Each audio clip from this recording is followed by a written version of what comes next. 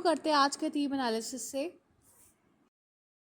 Analysis से। आज का सबसे पहला टॉपिक है India US ties weathered several challenges will move forward says ministry of external affairs. अब मैं यहाँ पर इसके बेसिक कंटेक्स्ट के बारे में बताऊँ तो मिनिस्ट्री ऑफ एक्सटर्नल अफेयर्स ने इंडिया यूएस रिलेशनशिप के बारे में बोला है कि it has been a weathered relationship with several challenges. And दूसरा जो है ये स्टेटमेंट आया था अमिट्स जो यूएस प्रेसिडेंट डोनाल्ड ट्रंप ने स्टेटमेंट किया था about the dead economy and everything, और 25% टैरिफ जो लगे थे उसके अमिड ये स्टेटमेंट आया। की हाइलाइट्स की अगर हम बात करें तो यहाँ पर स्ट्रैटेजिक पार्टनरशिप की बात की जा रही है। सबसे पहले कि India and US share a comprehensive global strategic partnership. The partnership is based on shared interest, democratic values and people to people ties. Challenges faced क्या है? US tariff on Indian imports, concerns over India's purchase of military hardware and energy from Russia. अब यहाँ पर US को problem ये आ रही है कि इंडिया क्यों रशिया से मिलिट्री इक्विपमेंट्स और एनर्जी जो है परचेज कर रहा है। प्रॉब्लम यही मेन आ रही है। अब वो चाह नहीं रहा। क्यों नहीं चाह रहा है ये मैंने आपको कल की वीडियो में भी एक्सप्लेन किया था और आज भी मैं बता दे रही हूँ।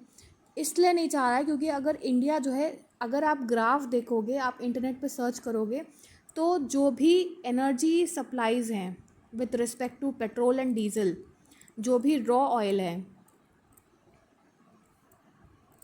यानी कच्चा तेल, वो सब इंडिया जो है चाइना के बाद एक मेजर कंट्रीब्यूटर है। आफ्टर चाइना इंडिया जो है सेकंड मोस्ट इम्पॉर्टेंट कंट्री है with respect to oil supplies from Russia and also military equipments। अब यूएस के साथ करने में प्रॉब्लम कहाँ आ रही? प्रॉब्लम यहाँ आ रही है कि यूएस जो है वो अपने हिसाब से बेचना चाहता है इक्विपमेंट्स को। मार्केट मतलब ये है कि अगर आप ख़रीदारी करने आ रहे हो तो हम ही डिसाइड करेंगे कि हम आपको क्या देने वाले हैं, और उसमें भी they are not agreeing to give complete transfer of technology. So ये जो प्रोटेक्शनिज्म है ये कहीं ना कहीं इंडिया के लिए फेटल है। रशिया के साथ क्या है? रशिया के साथ जब कोलैबोरेशन किया था तो रशिया ने अग्री कर लिया with complete transfer of technology. See without complete transfer of technology it would be just a mere device जिसे हम कायदे से ऑपरेट भी नहीं कर सकते या कंस्ट्रक्ट भी नहीं कर सकते उन जैसे। तो इसीलिए टेक्नोलॉजी ट्रांसफ़र बहुत ज़रूरी होता है with respect to military equipments. कोई मान लीजिए कोई ऐसे रुकावट आ जाए, कोई हादसा हो जाए या कुछ ऐसा हो जाए, तो हमें एटलीस्ट ये आना चाहिए कि उसे रिवर्स इंजीनियरिंग करके या दूसरे प्रोसेस के थ्रू हम मल्टीपल कैसे मैन्युफैक्चर कर सकते हैं। वेयर एज रशिया जो है, Russia it has agreed to collab with India and it is अभी रिसेंट में इंडिया के साथ मिलकर ये लोग military equipments, military devices, military aircrafts जो भी एयरफोर्स के हैं और जो भी आपके नेवल बेस के जो भी इक्विपमेंट्स हैं सब कंस्ट्रक्ट कराने में हेल्प कर रहा है with complete transfer of technology. उससे क्या हो रहा है कि रशिया की जो इकनॉमी वो स्टेबल रह रही है और वो यूक्रेन को बर्बाद कर रहा है। अब मैं आपको नेक्स्ट स्लाइड में बताऊंगी कि ट्रम्प को चाहिए क्या। ट्रम्प को चाहिए नोबेल पीस प्राइज़।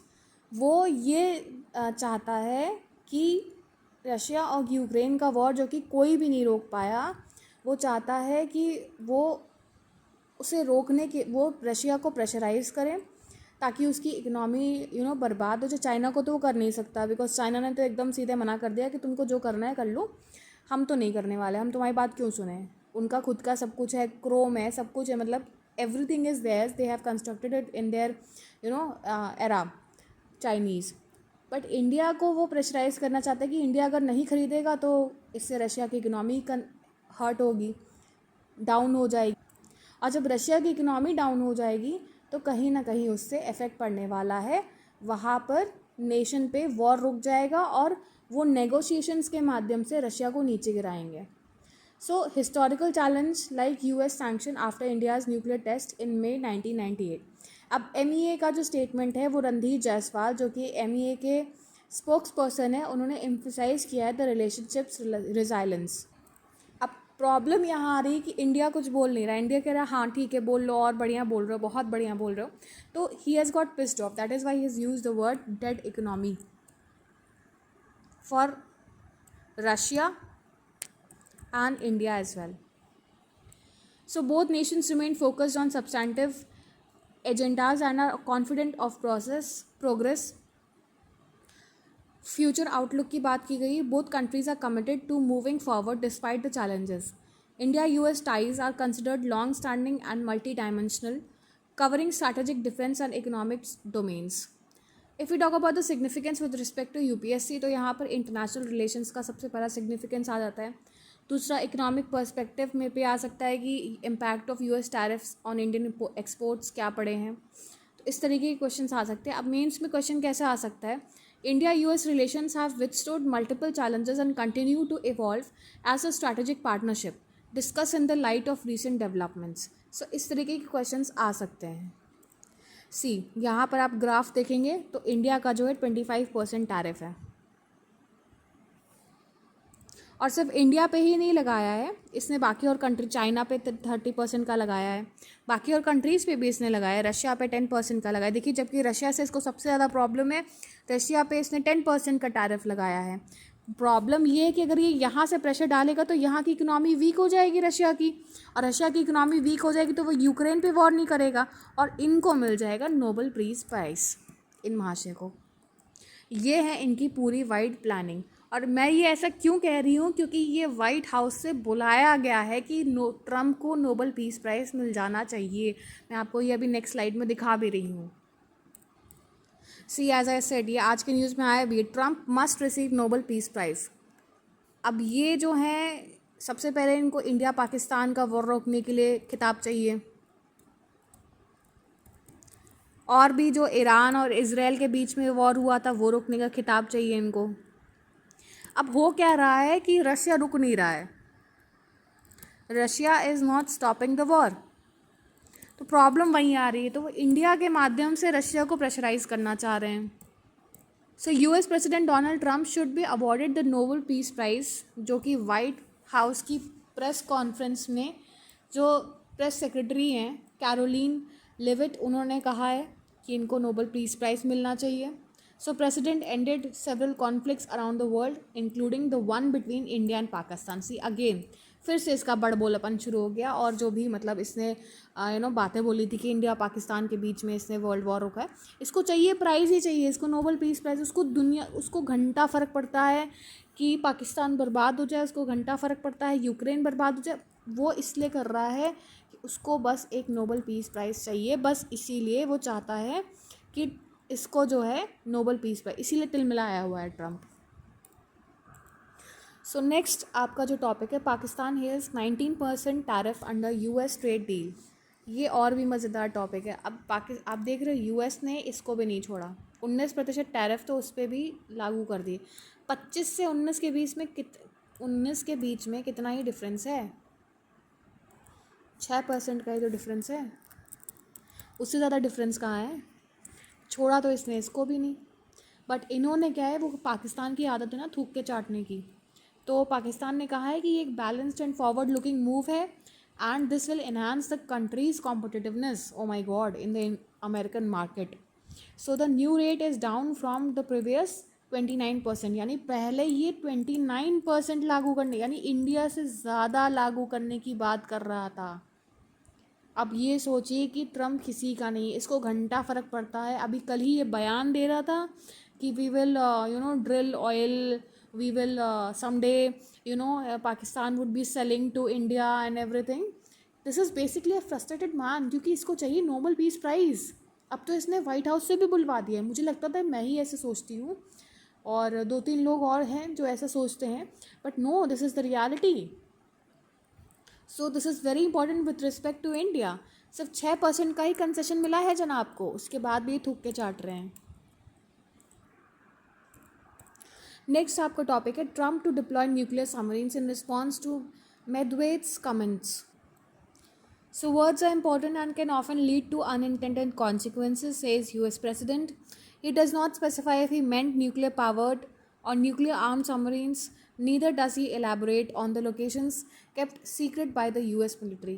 अब I told you इस आदमी का कोई भरोसा नहीं है, but it is important with respect to UPSC relevance, क्योंकि ये वर्ल्ड का कहीं ना कहीं इंटरनेशनल रिलेशंस का हिस्सा बन जाता है।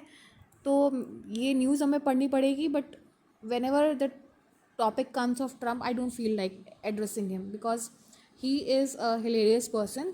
और ये कभी भी सुबह उठ के, इसको ऐसा लगता है चरस गांजे का नशा करता है, और ये कभी भी सुबह उठ के कुछ भी मतलब कह देता है। इसको आया है सुबह उठ के कि अच्छा चलो इंडिया पे 500% का हम टैरिफ इम्पोज कर देते हैं, तो इसने बोल दिया।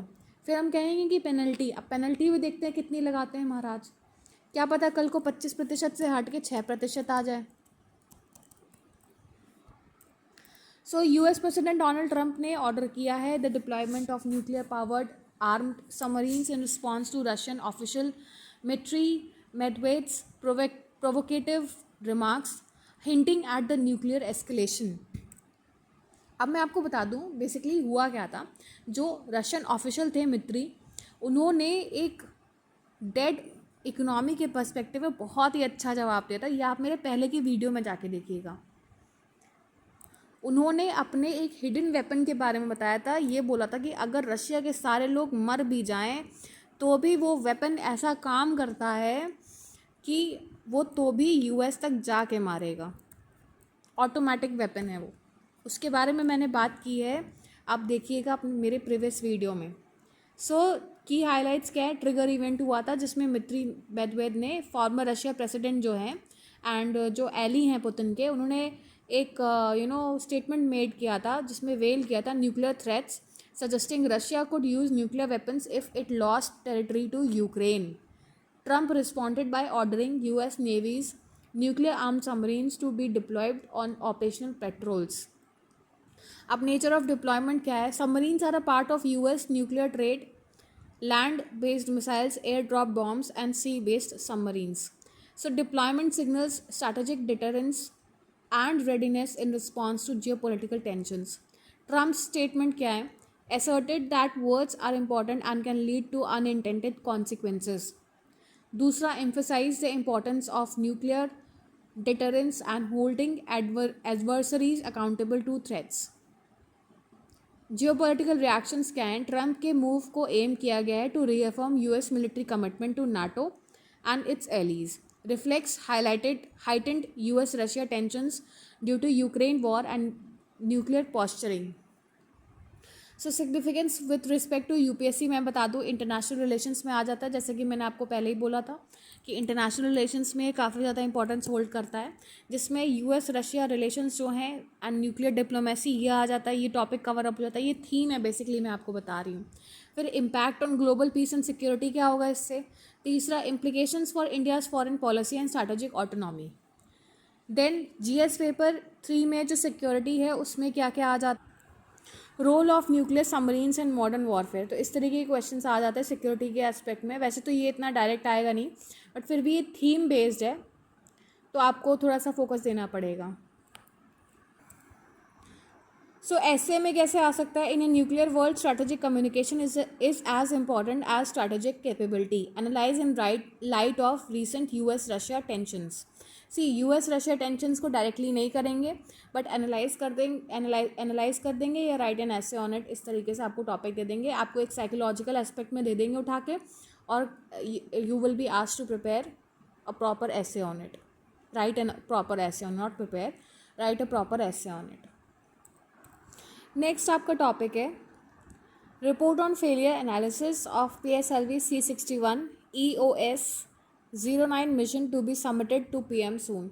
अब मैं इसका बेसिक कंटेक्स्ट अगर मैं आपको बता दूं तो ISRO is preparing to submit a failure analysis report on PSLV C56 EOS 09 mission to prime minister.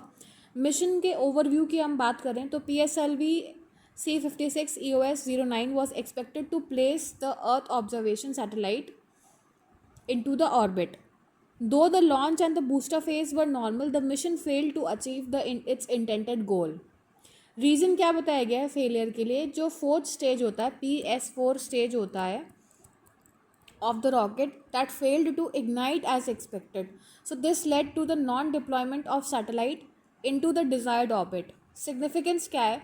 ISRO emphasized the importance of failure analysis to learn and avoid future setbacks. Such failures help in scientific troubleshooting, design validation and boosting overall mission reliability. So what is the relevance with respect to UPSC? GS paper 3 की अगर मैं बात करूँ तो ये science and tech के basis पे important हो जाता है. Role of ISRO in space research, इस पर आप थोड़ा सा रिसर्च कर लीजिएगा. Then importance of launch vehicle reliability, ये इंपॉर्टेंट है. Significance of failure analysis in aerospace technology, इस पर थोड़ा सा आप वर्क कर लीजिएगा. देन आपका आ जाता है ISRO gearing up for next US collaboration with Blue bird communication satellite. अब मैं इसके बेसिक कंटेक्स्ट के बारे में बताऊँ तो ISRO is preparing for its next India US collaboration involving a communications satellite with Blue Bird Aero system.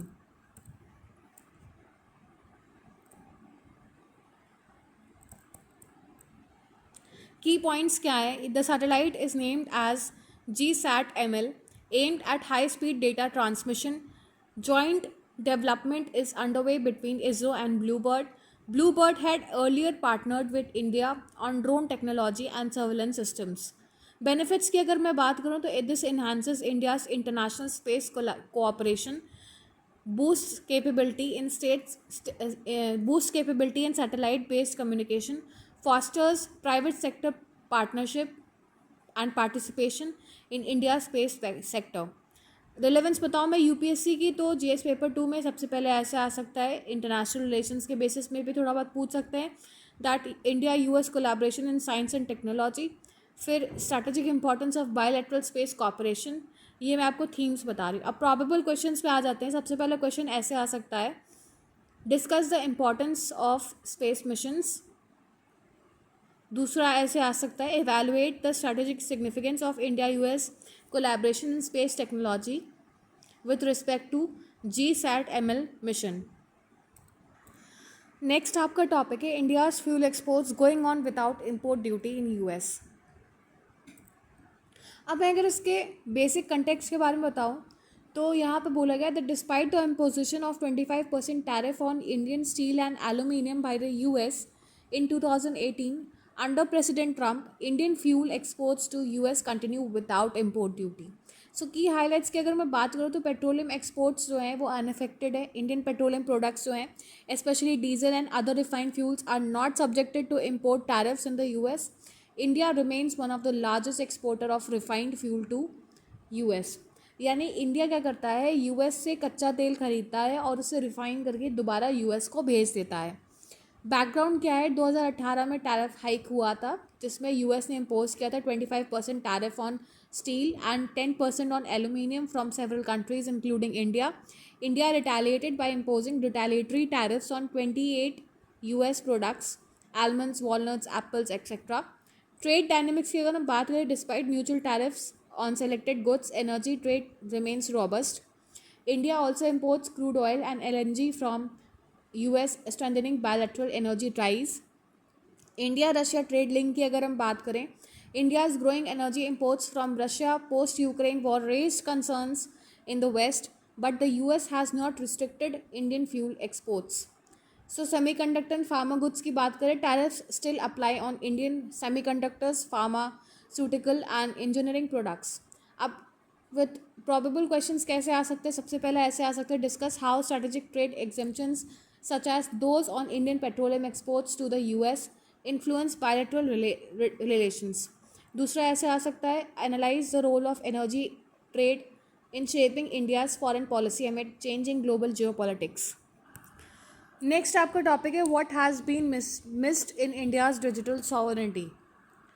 अब यहाँ पे ये जो आर्टिकल है ये क्रिटिसाइज करता है about India's digital policy choices specially regarding the data governance, tech regulations and global trade negotiations. So it emphasizes how India's digital sovereignty is being compromised due to external influence and lack of cohesive policy. Now if we talk about the key highlights, what is the definition of digital sovereignty, ये मैं आपको बता दूँ. Basically the autonomy of a nation to control its digital infrastructure, data and cyber governance is digital sovereignty. This involves policies on data localization, open source development, and digital trade rules. What are the challenges for India? India's digital space is heavily dominated by foreign tech firms. Example, US-based corporations. India has not prioritized digital rights, data protection, and technological independence. The free flow of cross-border data demanded by the countries like US under trade agreements, example Indo-Pacific Economic Framework (IPEF), undermines India's ability to regulate its data. So global pressures की अगर मैं बात करूँ, India is currently facing pressure from WTO rules and bilateral partners, US and European Union, to allow free data transfers, which undercut India's localization policies.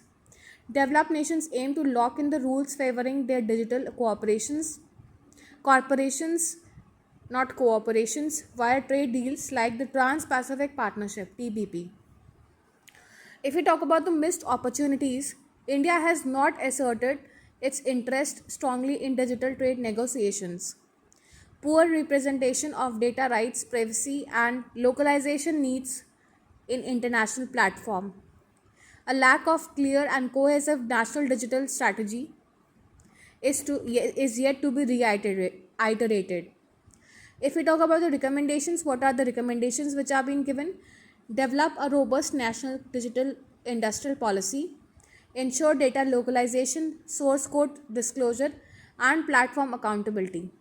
Uphold public interest in digital trade and ensure democratic control over tech systems.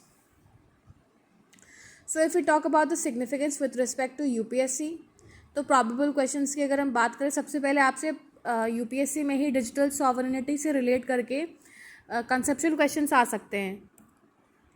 तो इस पे आप थोड़ा सा proper ध्यान दे दीजिएगा, conceptual notes बना लीजिएगा. डिजिटल सॉवरेनिटी क्या है, किस डोमेन से रिलेट करता है, ठीक है.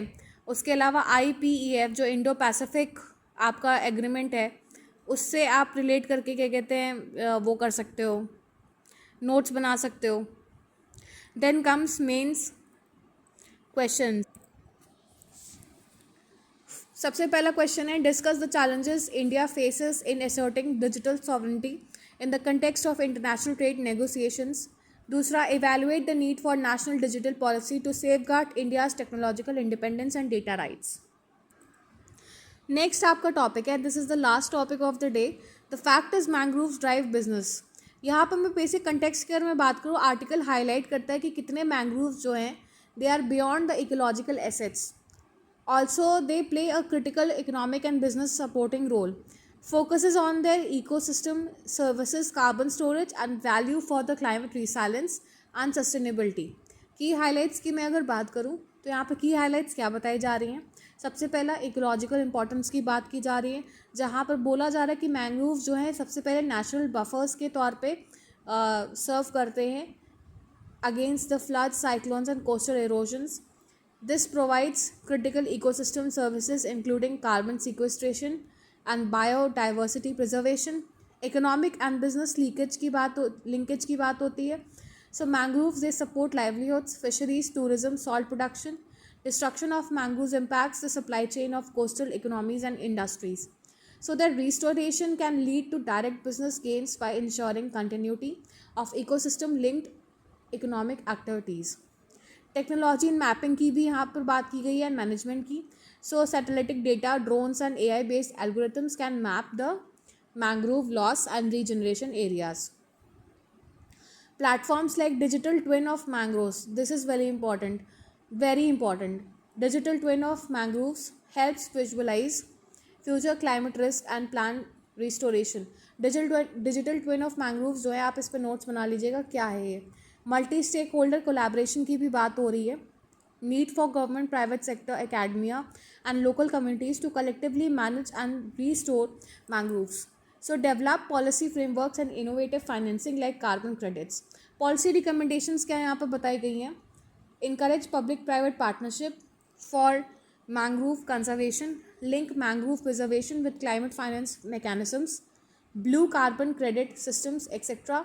Incorporate mangroves in national disaster resilience planning and coastal development policies. Now if we talk about the probable questions, तो सबसे पहले ऐसे आ सकता है, mangroves are not ecologically assets but also not only the ecological assets but also economic enablers. Examine their role in sustainable coastal development. दूसरा ऐसे आ सकता है, discuss how emerging technologies can aid in the conservation and regeneration of mangrove ecosystem in India. So इस तरीके के questions आ सकते हैं। There is a rush today, आज मैं बहुत हरी में हूँ, इसलिए मैंने बहुत जल्दी जल्दी में रिकॉर्डिंग की है। So forgive me for my mistakes. So here I end my analysis. Thank you and have a nice day. I request you to like, subscribe and share my channel.